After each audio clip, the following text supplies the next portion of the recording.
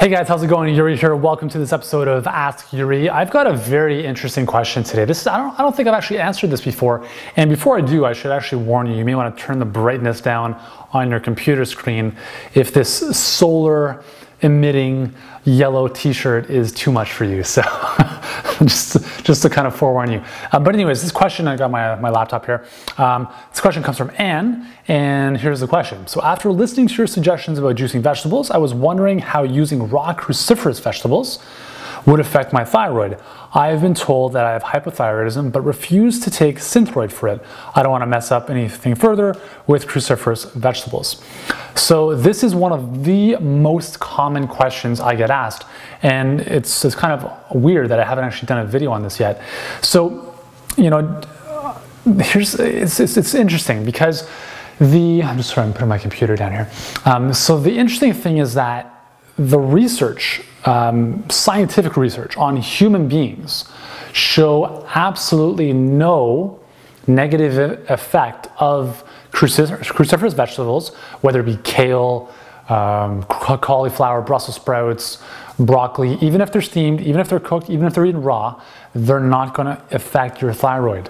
Okay? They have compounds called glucosinolates that were theorized to, in their kind of broken down versions, impair thyroid function. And the only reason that came about is due to some animal studies that was done a long time ago that didn't translate over into human studies, whether it be anecdotally or even scientifically. I know a lot of clients as well as colleagues who have Hashimoto's, which is an autoimmune form of low thyroid function or hypothyroidism, and they're big into juicing. They eat plenty of green vegetables, and their thyroid symptoms and markers have only improved. So I want you to feel okay with eating things like kale and broccoli and Brussels sprouts and cauliflower, because remember, here's the thing, they have unbelievable compounds in them, like glucosinolates and sulfur containing compounds like indole-3 carbinol, for instance, which have been shown in hundreds, if not thousands of studies to be the most, I guess, the most effective, or some of the most effective phytonutrients or plant nutrients in combating cancer. Okay, so don't worry, it's not going to hurt your thyroid. They're going to give your body the nutrients that it requires to help prevent cancer. And those very same nutrients are very important to help your liver detoxify properly. Okay, so kale is something I use in my juices and my smoothies on a regular basis. I don't do it every single day because of variety and rotation is really important. So don't do the same thing all the time. Maybe one day kale, next day spinach, next day Swiss chard.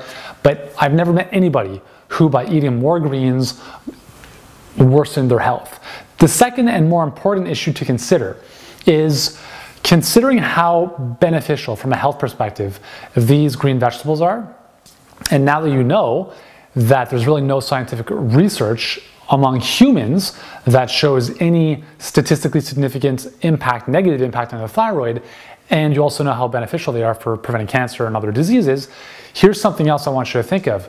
A lot of times, the very people that are asking me these questions are also chomping away on copious amounts of bread and gluten-containing products.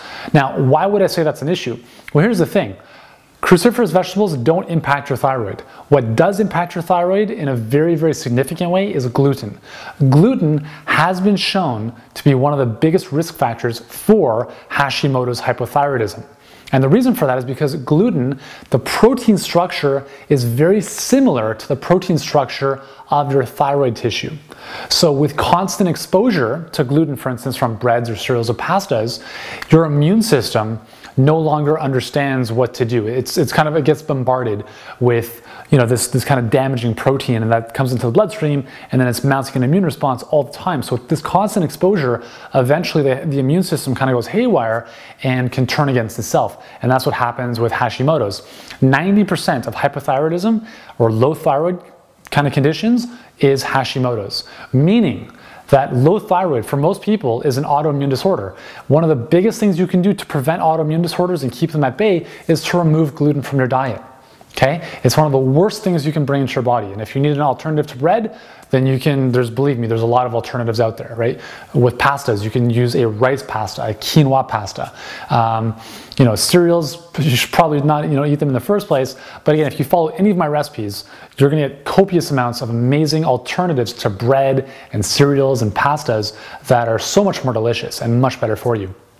So, and for anybody else wondering this same question, I hope this answer gives you a bit of relief that you can enjoy your broccoli, you can enjoy your Brussels sprouts, your cabbage, your sauerkraut, your kale. It's all good.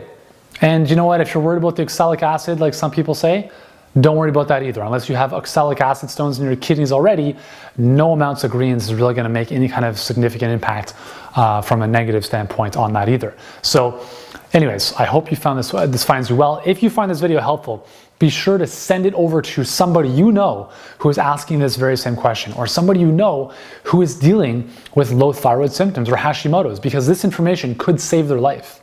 Okay? And this is why I do what I do, because I'm really passionate about getting good information into your hands so that you're no longer taken for a ride by all this misinformation out there. So anyways, if you haven't subscribed to my channel, be sure to do so, and so you don't miss a single video coming your way. And once again, thanks for joining me. I'm Yuri Elkaim, and I look forward to seeing you in the next video.